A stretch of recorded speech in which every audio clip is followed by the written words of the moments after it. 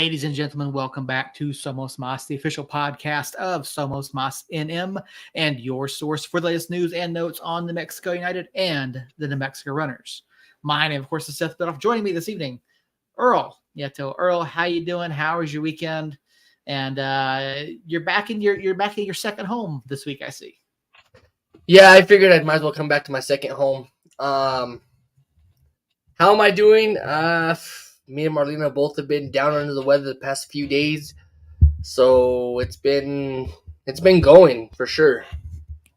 Yeah, there's something going around apparently. So hopefully you and Marlena are doing well. Hopefully Maya didn't get it. Yeah, she also has it. She has a nasty cough. I've had that nasty cough for a couple weeks now. Maybe get that long Rona. God, I hope not. I've never had it in the first place, knock on wood. You've been pretty fortunate to have not gotten it at any point. So, but otherwise, how was your weekend? What did you guys get up to? Did you watch anything? I mean, obviously you watched United play on Friday. Yeah, I did watch that. Okay. We didn't really do much. I mean, we were all under the weather, so we kind of just hung out at home. Didn't really do much at all. All righty then. Did you watch any NFL this weekend? I know I didn't. I mean, I was out of the soccer complex all weekend, but. So we watched college football. I watched the Colorado University Buffaloes, who I am kind of hooked on at this point. I watched them late at night, and then Sunday morning we got up, we watched some football. Who am I kidding? We watched all the football all day. We put on NFL Red Zone and just watched every game. Into Monday night, to where I'm actually kind of afraid for any game to be played on Monday night at this point. Why is that? Because if you look back at the past few Monday night football games, the past three that have been aired on national TV, ABC, or whatever channel it may be. You have the Damar Hamlin cardiac arrest. Then you have Aaron Rodgers blowing out his Achilles. And then you have Nick Chubb, who, God bless his left knee. Because for the second time, he has a career-threatening knee injury. Yeah, that's the one he tore all three ligaments in a couple years ago. Yeah, he tore that 2015 at Georgia, and then God knows what the diagnosis is on this one, but I know it's not good. Yeah, I noticed that he's done for the year, so apparently Kareem Hunt is visiting the Browns again, so that... And also, on top of all of that, somehow, I seem to be in the last place in the league that I created. Yeah, that is very true. I honestly didn't even look at it to see where the standings lie on that. Because I know I was getting. If you cannot look at it, that'd be great. Yeah. Okay. Perfect. But yeah, it's been an interesting opening few weekends to the NFL season. Falcons are 2-0. Cowboys are 2-0. 3 of 4 teams in the NFC South are 2-0. So I have no idea who's going to win that one, but I do know that I came out on top of Earl Nieto this weekend in our fantasy football league. I know it was dicey early, but my team's looking all right here after week 2. Yeah, if you could just leave Joe Burrow in, that'd be great. Right? Like I don't know what to do with him, man. Like he's just I just don't even know. I thought about taking him out this week. I was like, no, I'll see what happens, and then it is what it is. So I'm not impressed with Joe Burrow this season at all. I do have a couple decent flex players though, so I'll take what I can get at this point. That's one thing helping your ass as a flex players, right? Everyone else sucks. Right, exactly. But moving into the nature of our show, New Mexico United, obviously, or we've got a big week to get to this week. 3 matches to talk about on Saturday. New Mexico United hosted, or Friday, actually, not Saturday, Friday, New Mexico United hosted Indy 11 out at the Lab, and well, I almost said squeaked out a 3-2 win, but that's not even the case because United was up 3-1 at one point and gave up a late goal there to make it 3-2, but wasn't enough time for Indy to do anything with it. But I mean, watching this game Friday night, I mean, United got off to a fast start. They looked pretty good early on. They had 3 shots on, 3 shots within the first 5 minutes, and then things started to look as though they might fall apart. I mean, Earl, looking at just the first 15 minutes to half hour of this game, I mean, what was going through your head, on Friday evening? I don't remember what time they scored. How into it was it? 9th minute.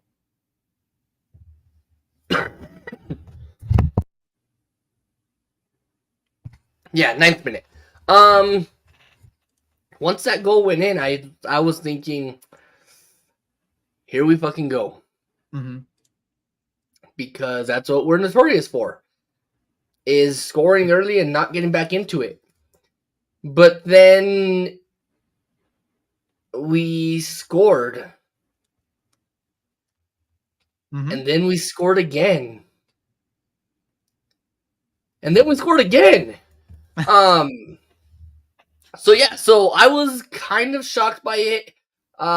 We definitely played one of the games of our lives for sure. Because without this win, I don't think we're sitting here talking in a happy mood. No, probably not. Because honestly, I feel like if United had lost on Saturday, I think our playoffs odds would have dropped to about 3%. If my math is correct, they would have been very, very slim. Not that it was much better heading into Friday night, but I don't know. I don't know if I would say game of our lives, but it's probably one of the. I would put it in the top 5 games of the season, perhaps top 7 games of the season potentially, because it still wasn't a complete performance. We talked about that all season long. Have we seen a complete performance against anybody? And really, you probably have to go back to the last Sacramento match to where you see a complete match from United. But you look at the way we played on Friday, the way we responded to that goal, the way that Andrew Thomas, picked things up off of a very questionable penalty call on Friday evening. You have to look at it and say, okay, they didn't roll over, they didn't lay down, they didn't, and here's that penalty right there. Super questionable penalty call right here because you see Kalen pull up, you see Guinzotti, drag his feet and invite that contact. And if you ask me, from watching this one live and on the replay, I mean, it's just a terrible call by the referee here. But then Andrew Thomas, comes up big. Guinzotti is actually 2 of his last 7 on penalty kicks, and that's just this year. So I mean, is Guinzotti the guy that you want taking that? Probably not. But after him getting that early goal, you have the opportunity to go up 2-0 early, and they didn't do it. Thanks, to Andrew Thomas, who, in my opinion, is quite possibly man of the match. Yeah, definitely. The header that went in the 9th minute. I mean, there's nothing you can really do about that. You're on one end of the post. They shoot it to the other side. I mean, you're not going to jump an entire goal to get that block. So I mean, headers, I'll give it to you every day of the week. It happened. He then turned around and blocked a penalty, which, in my opinion, if they get that second penalty, our morale and motivation to even play is gone, completely shot. So yeah, in my opinion, Andrew Thomas definitely man of the match because of his save in that 28th minute. His penalty save is what kind of sparked us to go. I mean, you look at it, they scored in the 9th minute. We turn around and make the save in 27th or the 28th minute, 27th minute, whatever the fuck time it is. And then we score right before half. Yeah. We don't ever score in 9 minutes. I talked about it last week. Usually. Last week I talked about it. In those dying minutes of the matches, whether it's the dying minute of the first half, dying minute of the match, we don't score and we play panic. And I mentioned that. I don't remember what minute it was, but we were playing panicked. Probably that middle stretch between, I want to say about the 30th to 40th minute. We had no organization, or the ball was just flying all over the place. It wasn't clean soccer. It wasn't, and that's something that we've seen all year long. We go through stretches where players aren't composed, where passes are off, shots are off, guys aren't making the right reads. And I actually got a text from Harry there in the middle of the game on Saturday saying United does not look good. And he wasn't wrong at that point. It was, I think it was right around the 30th minute or so. And we really did not look good. But then you see, this run of play here, first of all, you got the athleticism of Amando Moreno to number one, bring that ball down. Josh Suggs, and you see, we've got the numbers here and great vision by Nicky Hernandez to find Sergio out to the right. And it wasn't necessarily a great shot by Sergio. And realistically, that probably should have been saved. The keeper got a hand on it, but Sergio got just enough on it to squeak it into that bottom right corner. And, that really kind of set the tone there for the rest of the match. And, we talked about it every week. I think, Nicky Hernandez, he does tremendous things on and off the ball, and his vision is unbelievably good. And his decision-making he's probably been the best decision-maker we've seen since he's joined the team. Yeah, absolutely. Nicky Hernandez is definitely needs to stay with the club for a while. I mean, he has invigorated this team to want to do things. And it's passes like he did there to where he passes it out to Serge instead of taking the shot himself. It's selfish ball is what he's playing. Yeah, it is, and that's something. Can you rewind that like 8 seconds? We'll go back here to the start of the second half here. Oh no, I just needed it 8 seconds ago because if you'll see Schneider board again, take a half-ass shot once again. Ooh, there's one too. So I brought this back because I wanted to show two things. One, you've got the pass from Nicky Hernandez, playing Schneider Borgelin through on that there in the 50th and the 51st minute here. So great run by Schneider, great vision by Nicky here. I think here Schneider just gets pushed out a little bit too far, and he can't quite get the ball back, and he didn't necessarily have any sort of help in the box, and it still nearly ended up being a goal for Amando Moreno there as they try to get. But yeah, again, not a great shot here by Borgelin. We'll take a look at that one here one more time. I mean, Amando tries to chip the ball. And so it kind of comes down to a funky angle, and Borgelin really doesn't have a clean shot here. Now, but again, that doesn't excuse the poor shot. It doesn't excuse that at all. But it comes down at a funky angle. He doesn't necessarily have a clean look. But yeah, he had a few moments in this one where I expected more out of him, and he didn't deliver. Yeah, 100%. I mean, I've said it, 6 weeks in a row now? Schneider Borgelin is not the answer. And I don't care who you are and what you say. You can be David Carl and say that he has a bunch of hold-up play. He's tremendous athleticism to the club. I don't know what soccer you're watching, but it's not the one we're watching. Because if you watch that 51st minute shot, I could take a better shot than that. All right, so we'll go back and we'll take a look at that one more time. So here's the one that you have an issue with. So yeah, I mean, okay. Yeah. So yeah, it bounces off like I think the back of the defender, but yeah, it's the ball. So yeah, it bounces off the back of the defender. Why are you going to touch that thing from outside the box? Well, given the positioning and given where the defenders are, like, would you rather him bring it down and then try to dribble around and give them opportunity to get their defense set? and dropped back, or would you rather him attempt to one-time it? And, when you've got a couple defenders with their backs to him. I don't know. Maybe I'm being too hard on Schneider Borgelin. I don't know. I don't think so, because I've seen it on multiple different posts around social media. Mm-hmm. But I don't know why you take that shot in any world. Yeah, I get it. You have 5 people looking the other way. You're trying to catch the keeper off guard. Whatever the case may be. Regardless of that, you're not a good shot taker. Yeah, so far he hasn't towards anything. Yeah, so far he has not shown that he has great shot selection. But here on this play, he drops back, gets involved, he actually starts this play here off.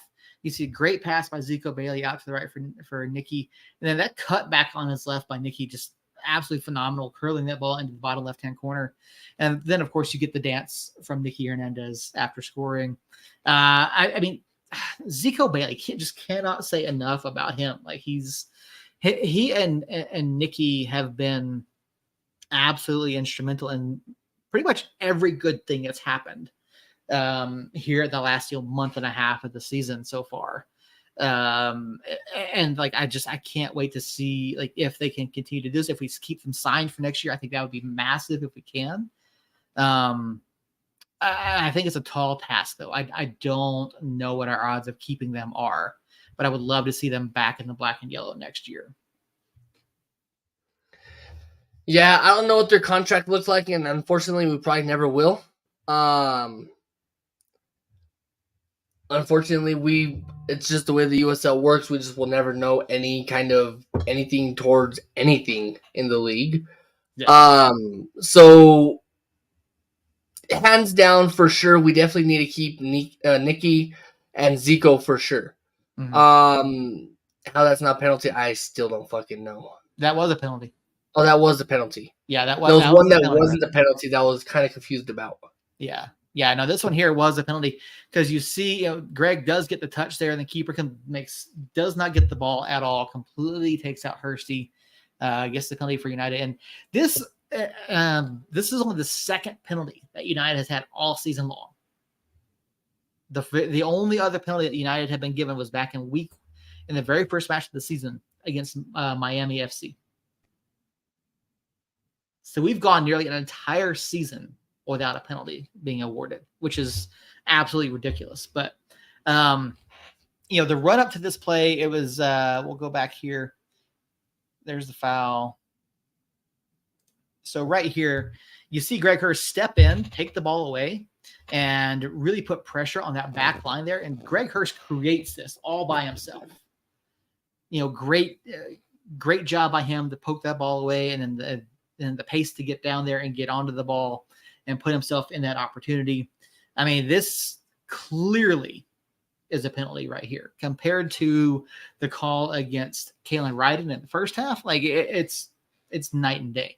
And just, obviously Justin Portillo, Iceman, I think USL Championship put out stat he's 22 of his last 25 and PKs. So yeah, I think in a way you want like a Mondo up there, you want someone else, give them the opportunity, maybe even give it to Hursty, give them a chance to build some of that confidence. But I don't disagree with putting Justin in there. I mean, Justin's obviously very, very good at what he does.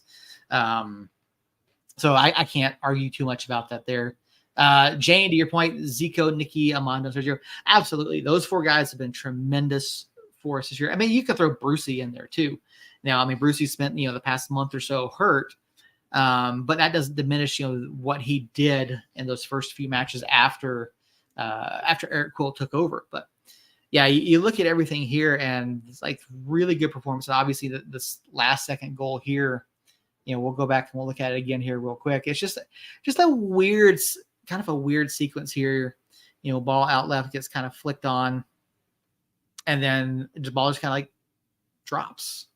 Like it's not that anyone was in terrible positioning; it just fell behind everybody. So it's fortunate that it happened late enough that Indy didn't have an opportunity to do anything with it. But I mean, you look at the way United played from the 40th minute through the 90th, and you can't disagree with the result in this match. Yeah, I mean, I think we called it last week where it was going to be a draw. I think both of us called a draw. But,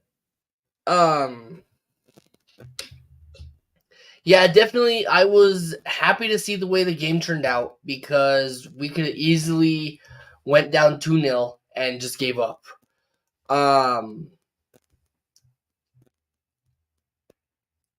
Jane, you and me both.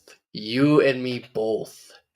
But yeah, like I said, we could have definitely got down on our laurels and just let the game go. We're already down 1. Why not make it 2? Good reason to give an excuse to call it a night. But we didn't. Instead, Andrew Thomas stepped up and made it a match and definitely turned the tide for us, turned the momentum to our side, and allowed us to score 3 unanswered, which I think the last time we did that was Sacramento. Mm-hmm. That's probably the only time we did that. I mean, this season, I believe so, but we've done it other times in the past. Yeah, so for us to go on a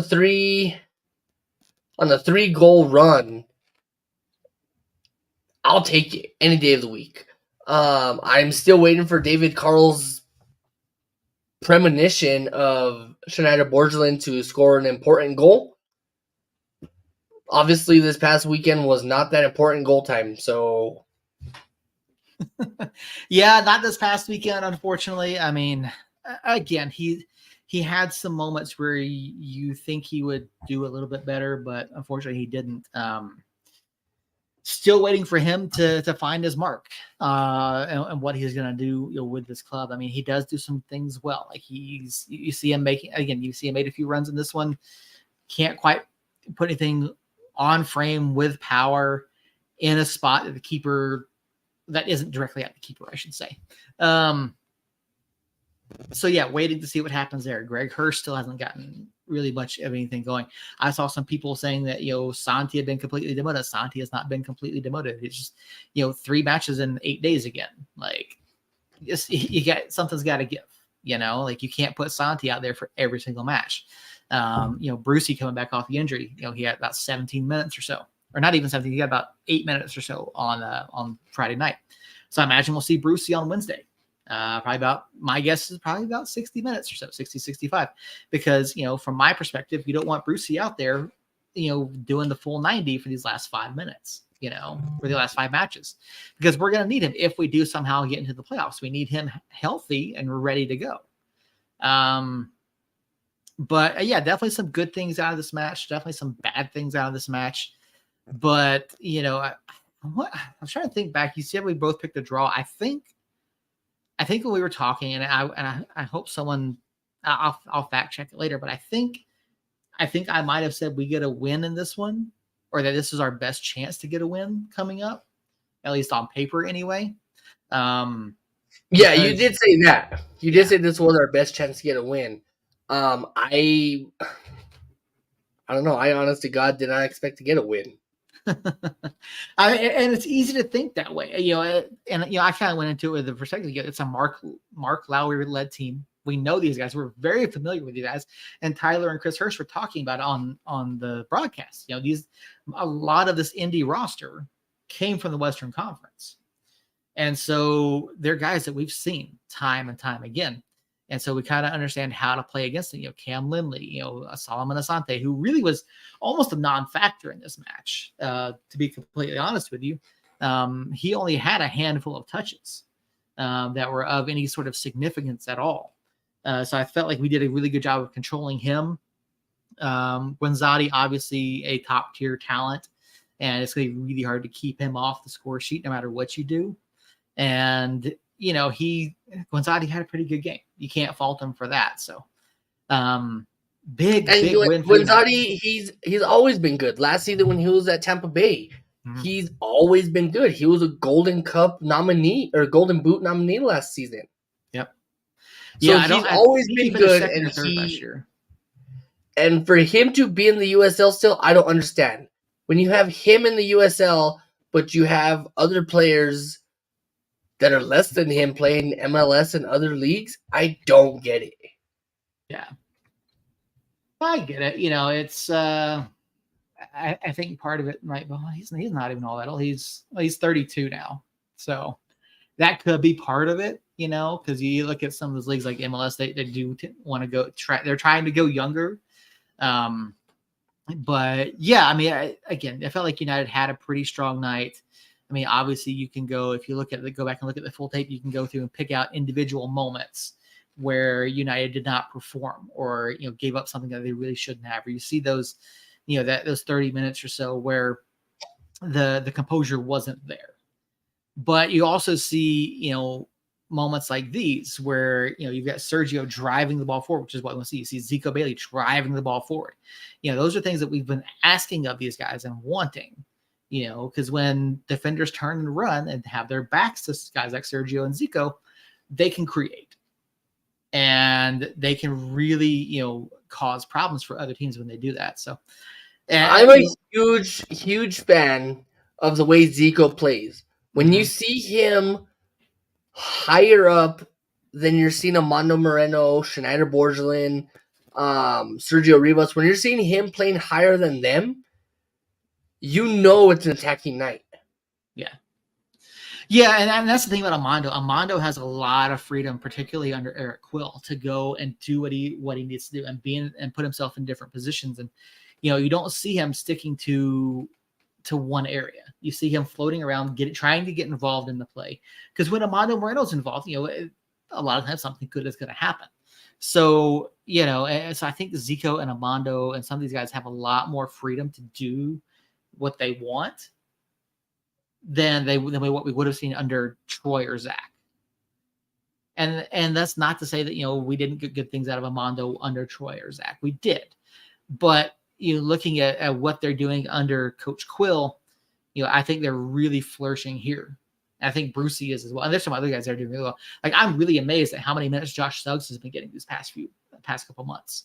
Coming back from his injury and seeing him really contribute and be a veteran voice on the field, which is something that we needed. Not that we didn't have other veterans, but Suggsy being out there is in a way comforting because he's a guy that's gonna be dependable, and someone that you're not gonna have too many issues with in terms of getting into issues with yellow cards or red cards or a guy that's gonna make a lot of mental errors. And so Quill has these guys, you can see it. You can see things. And we've talked about before. You can see what Quill wants to do. You can see how he's getting things out of different players. And, it'll be a really interesting conversation here in a couple of weeks, no matter which way the season goes, as to what happens next year. Yeah, there's a few people I would love to see come back. Mm-hmm. But there are a few names on my list I do not want to see back. Yeah, and I'm pretty sure we can pick those names without too much hesitation. But we will save that. We'll save that until our whatever we get into after the season. That's a shithousery season. I can't wait. Yeah, we'll get into that. We'll get into all sorts of things here once the season is over, whether it be the regular season, postseason, whatever it is for New Mexico United. But we can't get too comfortable though, because we also have the runners coming up.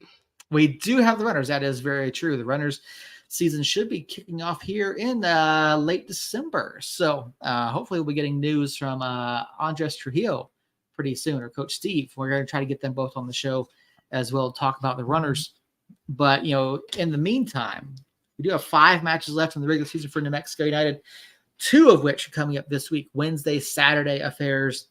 Wednesday, they're out in California taking on Sacramento Republic FC, who United did beat 3-0 just a matter of weeks ago. And then on Saturday, we have Pittsburgh Riverhounds, first place team in the Eastern Conference. 2 extremely tough matchups for United this week. And realistically, this could spell the end of the season if United does not walk out with at least one. I would say with at least one win. I mean, a draw would be yeah. nice. So a win as it stands or a win and a draw as it stands right now puts us tied for 8th place. Mm-hmm. So in a perfect world, 2 wins would be nice. That puts us above the playoff line. Yeah, it absolutely would.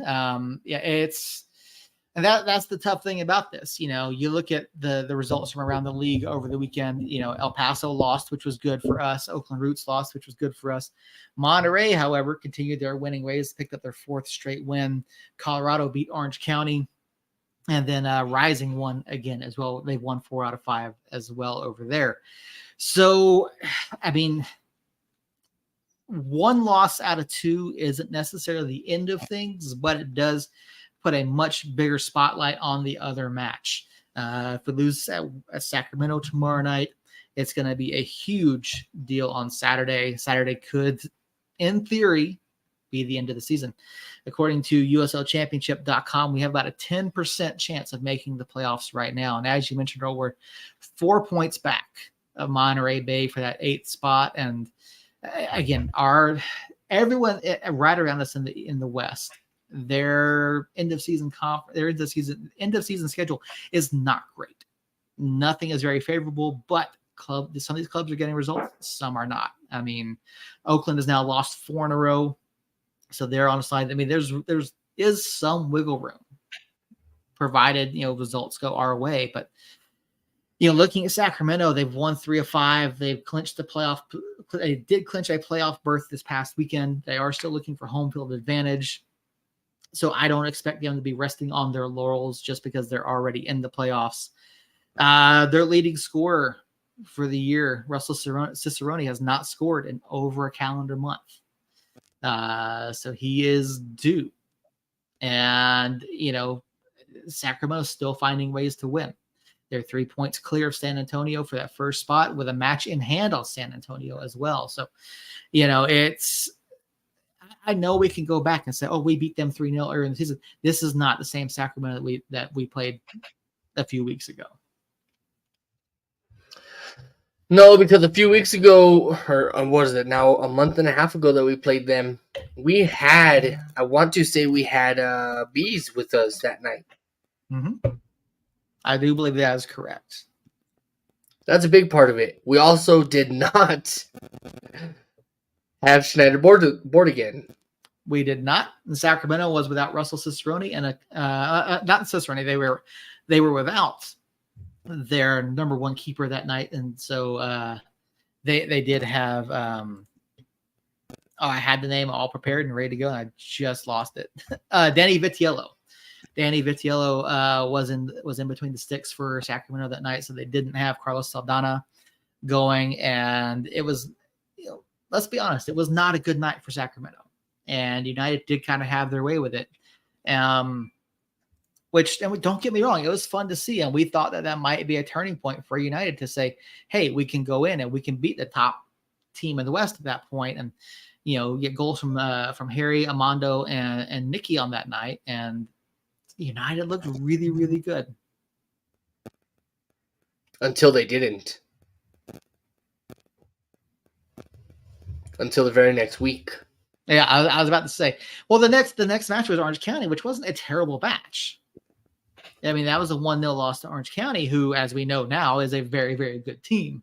And, that was just unfortunate. A couple things go slightly different in that one, and United walks away with a win. So I don't know that I can necessarily say that, Orange County, we looked terrible. We certainly didn't look great. We didn't finish our chances against Orange County. I don't think we created very many chances. That was a very defensive match. But yeah, I look at Wednesday, and this is a very different Sacramento side. I'm not a huge fan of our chances, but I'm not ruling out the possibility that we pick up at least a point. But I just don't know yet.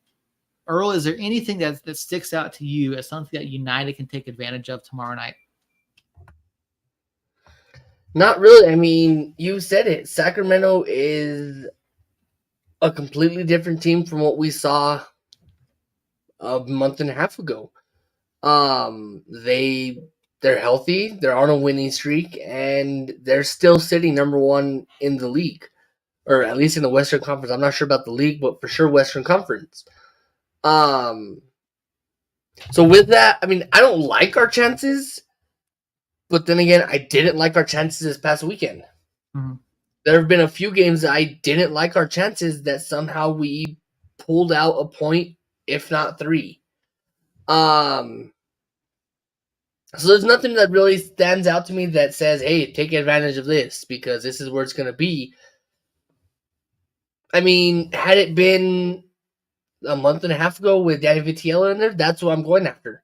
Take shot after shot after shot, attack the midfield, attack the midfield to get to the keeper, and you're in.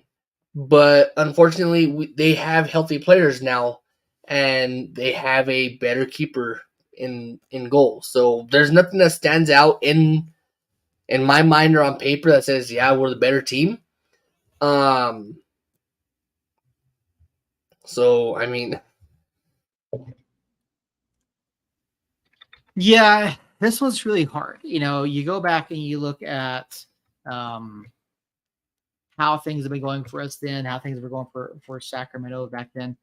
At that point, you know, and even, you know, I mean, Sacramento is still one of the they are the best defensive team in the league. They've only allowed 22 goals all season long, and we have 3 of them. You know, so, but again, it's Vitiello in goal, and they had a number of guys out due to injury, and so very, very different team. And really, Saldana has been very good for them. He's got 12 saves over the last 3 matches. A couple of weeks ago, they gave up 20 shots to, I think it was Oakland. Let me double check. I had that pulled up earlier. I want to say they gave up 20 shots to Oakland a couple of weeks ago, and only 6 of them were on target. So yeah, it was Oakland. So yeah, I look at this on paper, and really I'm going to kind of pull both matches into one here for just a second. Of the 2 matches this week between Pittsburgh and Sacramento, I think our best chance at points is honestly going to be Sacramento. I truly do. Now, you mentioned, you know, controlling the midfield, attacking that's absolutely it. We need to see Nicky Hernandez working through there. We need to see, you know, Sergio Rivas driving and you know, being forceful in the midfield, not sitting back. You know, those guys also have to drop back because Sacramento is going to be attacking. You know, you look at their attacking options: Rodrigo Lopez, you know, Cicerone. Like, they've got guys that can absolutely score, that are true threats week in and week out, no matter who they're playing against. And it's hard. It's tough to say that the best defensive team in the league potentially be suspects. You know, it's hard to say that, but I really think that with Andrew Thomas in goal,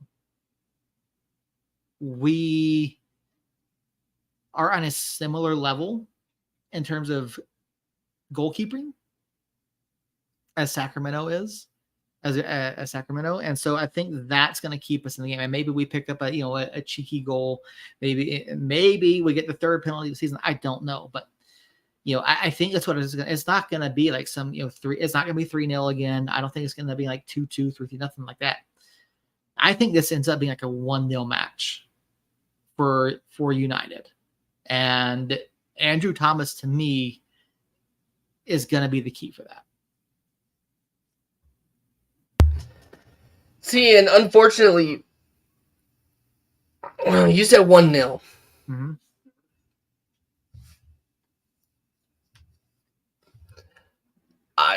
I don't have faith, even with Andrew Thomas in there, to have a clean sheet. Okay. I just don't. For every reason, I just don't have faith that Andrew Thomas holds a clean sheet. I would love to see it. And like I said, I would love to see it, and that'd be great. But I think it's going to be a high-scoring affair. I really do. I think with the additions that we've made, minus Schneiderboard again, With all the other additions that we've made, I think that we can definitely put up some points on this one. Okay. But unfortunately, it is Sacramento, and we don't do good in Sacramento. No, historically we haven't. Yeah, historically, I believe we've only won once. Brucey. Yeah. That was that Brucey banger. Yep, absolutely. Yeah, I believe that was the only time we've ever won there. So they obviously know how to defend their field.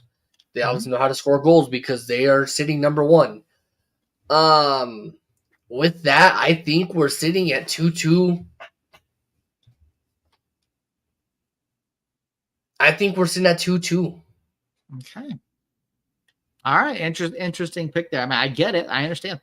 Yeah, we really have never played well out in Sacramento, so that's not surprising at all to hear you say that. But yeah, I look at it and I really think it's gonna be low scoring. I really don't think that anyone really kind of. I don't think we see 4 goals. I just don't. I mean, it could absolutely happen, but I don't think it is. I think the defenses shine in this one, and we pick up a 1 goal and kind of hold on to it, and it's going to be a clincher. It absolutely will, because Sacramento can score.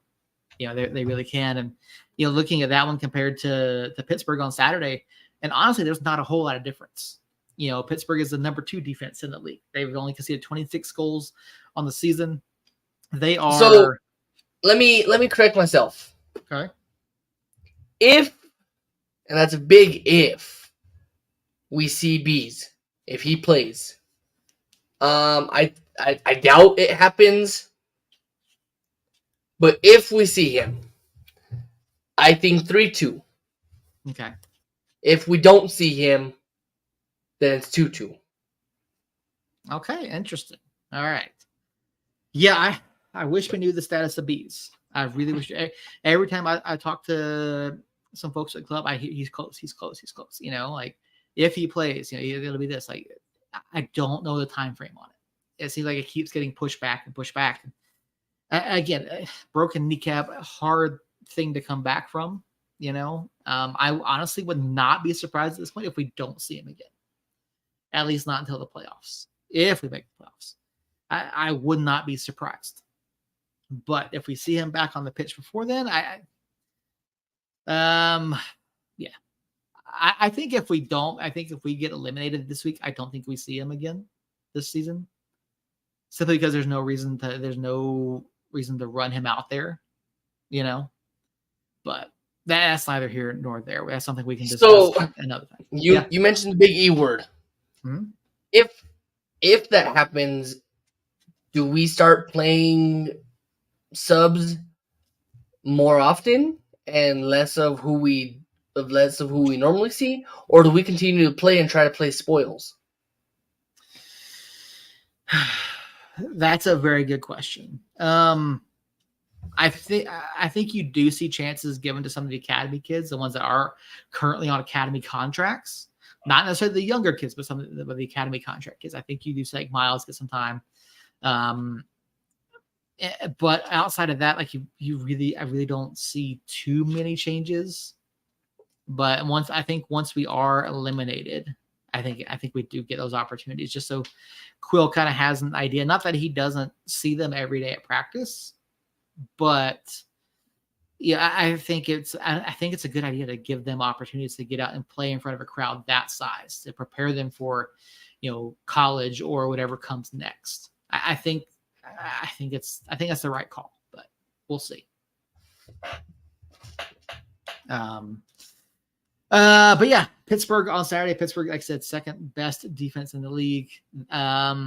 This one I have less faith in our ability to pick up any points. Pittsburgh is 11-1-3 at home this year. They have picked up 36 points at home. I would much rather that match be here than there, but Bob Lilly, Pittsburgh Riverhounds, they are a staple in the playoffs in the Eastern Conference. They're a team that's performed well all season long. I mean, they've been right there at the top. You can't really question where they're at. They've already clinched a spot. I think Dequa may be the Golden Boot winner this year. He's got 17 goals and 24 appearances, and I just don't see it. I don't see this one at all. I don't see this one going our favor. I mean, Pittsburgh is just I think Pittsburgh is just too talented for us to go in there, particularly on that, on the coast to coast swing. You're playing in California on Wednesday, going to Pittsburgh on Saturday. Like, I just don't see it. That's a lot of, it's a lot of travel, because I imagine the team's flying up to Cali today, and then they're going to probably fly to Pittsburgh. My guess is Thursday, because I don't see them leaving after the match tomorrow night, because it would be, I'd be a red eye out of Sacramento or wherever they fly into to get back to the East Coast. Like, I just don't see it. And yeah, it's rough. It's really piss poor scheduling, if you ask me, on behalf of the USL to do that. Now I know there's nothing we can do about it, whatever, but that's just an awful thing to do to any team. I don't care who it is, but yeah, I mean, Pittsburgh is an extremely talented team. And there's really not much more I can say about this one. I don't see us getting points out of this one. The schedule doesn't work in our favor, and Pittsburgh is just extremely talented. So I feel the same way. And when I saw it the other day, and I noticed it for the first time, I think Friday after the match. Mm-hmm. When I was looking, I was like, "Oh, that fucking sucks." Okay, but I mean, it all depends how we play in Sacramento. If we play good, maybe. I mean, it's very unlikely. Mm-hmm. Maybe we take that momentum into Pittsburgh and try something new out there. That'd be my hope. But I'm kind of on the same boat as you, where I don't have faith in this match, only because we've seen what seeing what we've had happen before has never been good. But I'm going to go against what you said. I'm predicting a win there. Okay. Right now we're sitting on do or die moments where if we lose, we're out. So we control, and it's been the past 5 seasons. We've controlled our destiny the past 5 seasons. We really have. Unfortunately, that seems to become the club motto, where it used to be Somos Unidos. Now it's control your destiny. Mm-hmm. And if United, you happen to print some kind of T-shirt or anything like that, I am going to be requesting royalties. Just kidding. I don't do this for money. I do this because I love being awake at 9:48 at night. So I'm predicting a win. Unfortunately, it's going to be a low-scoring win, and I'm calling it 1-0. Okay. Earl with a interesting prediction there. 1-0 win in Pittsburgh on Saturday. Jane, to your point, neither of us will disagree with you. Jacob wouldn't disagree with you either. I mean, it really could have been done differently, though. It really could have been. The league could have scheduled it differently. I mean, if you do like Pittsburgh and Louisville this week, that would have made more sense. And then do that Sacramento trip, here in, next week or something, or whatever the case is. Like it, or it's just terrible scheduling by the USL Championship to do that. Because I'm curious. I don't know. Let me see if there are any other games tomorrow night before I say anything incorrect. So, I mean, Lou City plays tomorrow. Sacramento plays tomorrow. Memphis, Birmingham. I mean, we still have Memphis on the schedule too. So, like, yeah, it's ridiculous scheduling. Like, there's no reason this couldn't have been worked out some other way, But it is what it is with the league. But yeah, my prediction. I don't see us picking up points in Pittsburgh. I would love to be wrong. I really would. I would love to be wrong. I think 3 points this week keeps us in the discussion. I do think looking at the other matches around the league, you've got Monterrey and San Diego. I see San Diego potentially beating Monterrey here. That keeps us in the discussion. Indy 11, I think, could beat Rising tomorrow night. That helps us out as well. And then you look at Saturday, Western Conference, Sac Republic and Colorado Springs. A switchbacks loss there would be good for us. A draw is fine.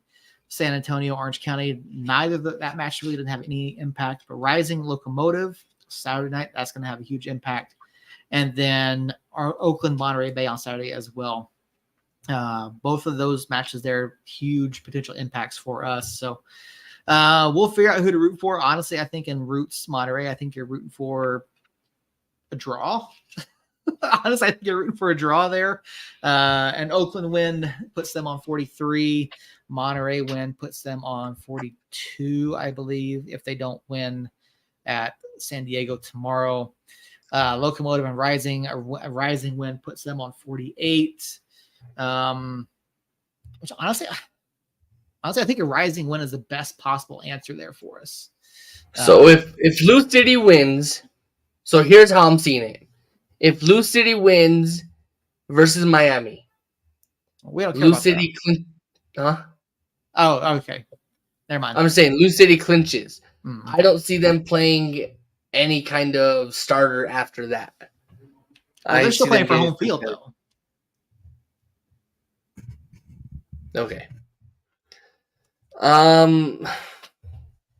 lot of matches can be clinched this week. Mm-hmm. Yeah, if you look at USL Championship, they obviously have they've got their playoff race to the playoff article that comes out every week. Yeah, that's what I'm looking at right now. Yeah, Lou City can clinch a playoff berth. Memphis can clinch. Birmingham's already in. Sac can clinch a home field with a win and a Phoenix loss. Yep. So, yeah, it's So I look at we need results. Again, if we somehow manage to win out, I mean, we obviously would be in. I want to say we would be in if we win out 15 points. And given the schedules from around the Western Conference, it'll be interesting to see what happens. But yeah, I'm going to say 2-0 Pittsburgh on Saturday. I just don't see it happening for us. Okay. So, yeah. I just don't. I think Pittsburgh is just too good. And again, at home, they've picked up 36 of 36 of their 57 points earned this year are at home. So, yeah, it's an incredibly tough place to play. Pittsburgh is extremely talented. I don't see it. Yeah, and we'll see. I mean, I hope so, and that's why I'm calling it 1-0. But I've been wrong more than twice this season. That you have. Earl, before we get out of here, do you have any closing thoughts about the USL, NFL, WWE, anything else that tickles your fancy this week? Actually, I don't. I mean, it's been a busy week for all 5 of those that you just rattled off, but nothing really that tickles my fancy that needs to be addressed. I mean, obviously, the WWE merged with UFC, TKO, Endeavor, whatever the hell they would call themselves these days. The Rock came back on Friday Night SmackDown. John Cena was there. This writer strike that's going on in Hollywood is kind of nice because I'm getting to see all my old childhood idols. But I mean, nothing really stands out for me. Alrighty then. Well, that's going to do it for us here this evening. For Earl, for Jacob, for myself, we do appreciate each and every one of you who is watching and or listening, whether you're here with us live or you listen later in the week. Jane, we appreciate you popping over in the chat, as always, throwing your comments up in there. We do appreciate all of the interactions that we have with everybody, whether it be social media, which admittedly, since Jacob has not been here, our social media presence has not been great. That's something we do need to work on. But we do appreciate each and every one of you. So if you do, wherever you're listening, following, make sure you're sharing, liking, rating, commenting, all that fun stuff. It does help us. We do appreciate each and every one of you. And we're going to keep cheering on United no matter what happens this week. With any luck, we pick up some points to stay in the playoff picture. But Until next time, Somos Unidos.